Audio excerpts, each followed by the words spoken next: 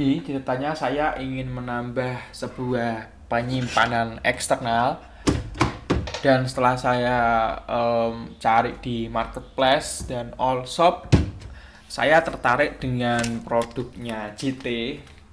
Ini adalah sebuah flash disk ya. Mana nih, kelihatan nggak? Ya, ini adalah sebuah flash disk. Dan yang menarik di sini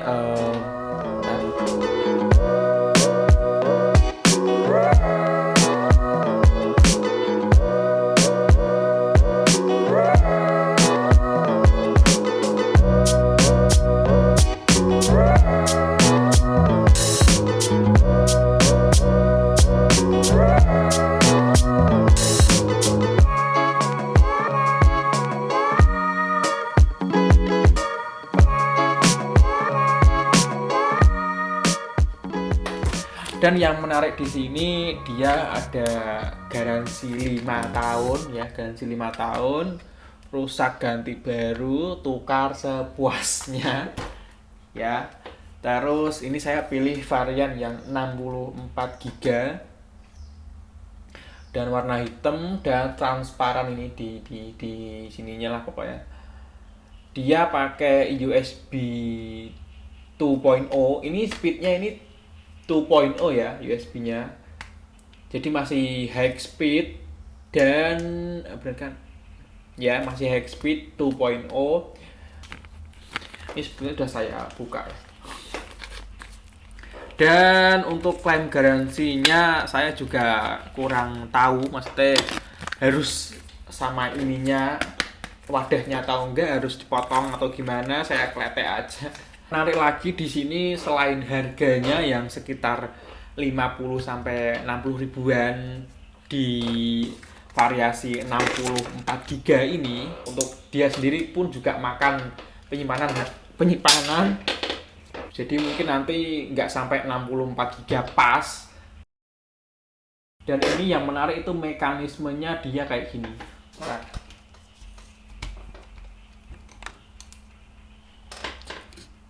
jadi yang menarik di sini itu dia modelnya cukup pinter lah. Entah itu niru atau benar-benar inovasi dari JT-nya sendiri sih nggak tahu.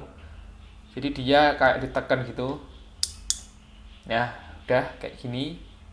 Kalau mau tutup lagi ya tinggal tekan lagi. Ya udah. Jadi meminimalisir kalau misalkan ini kegencat atau gimana lah, cukup bagus ini modelnya. Dan ini pun transparan jadi kelihatan keren. Ini nggak ada LED ya, nggak ada LED sama sekali kalau nggak salah. Ini coba aja. Terus di atasnya sini ada kayak mungkin buat cantolan apa itu. Buat dari depan ini jelas tulisan brandingnya JT, terus ada memorinya ya di dalamnya pokoknya kayak gitu, chipnya.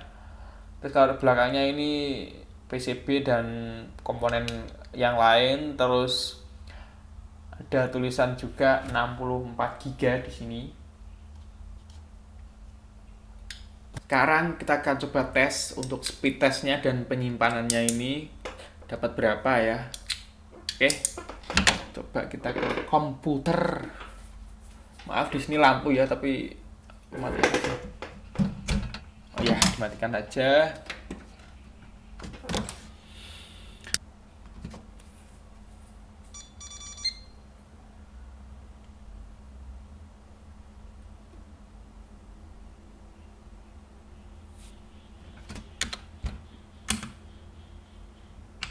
Kita login.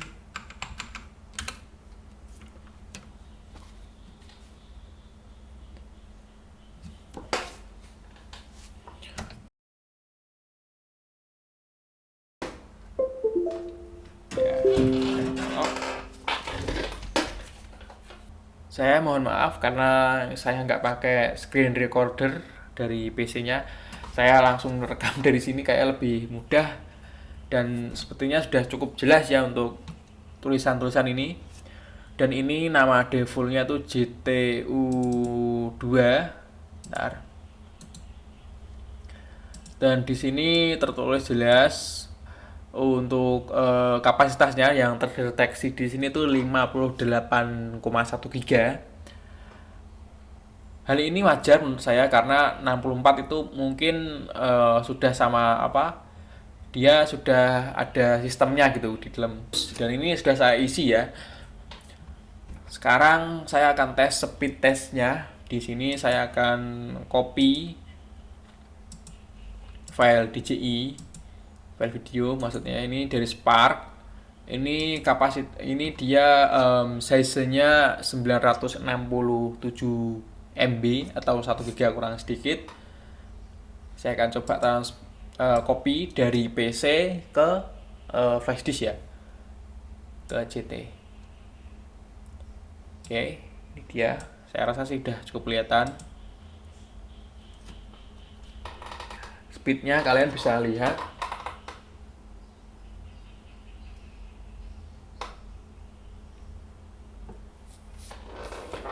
Oke, naik dia speednya. Ini kalau untuk spesifikasi video dari Spark itu kurang lebih 1080p atau full HD. Ya, saya taruh sini. Oke. Di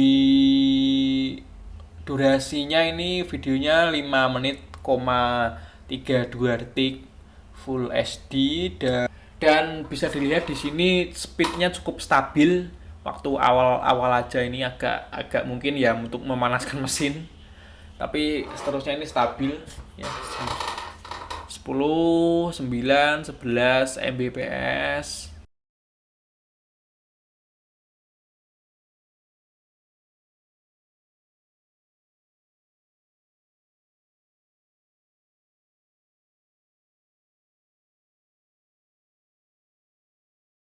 Udah tadi berapa detik, kalian bisa lihat videonya yang waktu saya copy dari awal sampai sini nanti. Sekarang saya akan coba balik dari flash disk ke komputer atau ke PC. Coba di sini masih di dalam video yang sama. Bentar, di DJI dik. Oke. Oh, lebih tinggi ini kayak ya. Kalau tadi kan mungkin sekitar 9, 8, 10 Mbps. Kalau ini dia 18 Mbps, 19 Mbps. Wow. Lebih cepat dari flash disk ke PC ya, daripada PC ke flash disk. Ini waktunya nggak saya percepat atau gimana, pokoknya real time aja untuk file sekitar 1 GB kurang sedikit lah, atau lebih tepatnya 967 MB.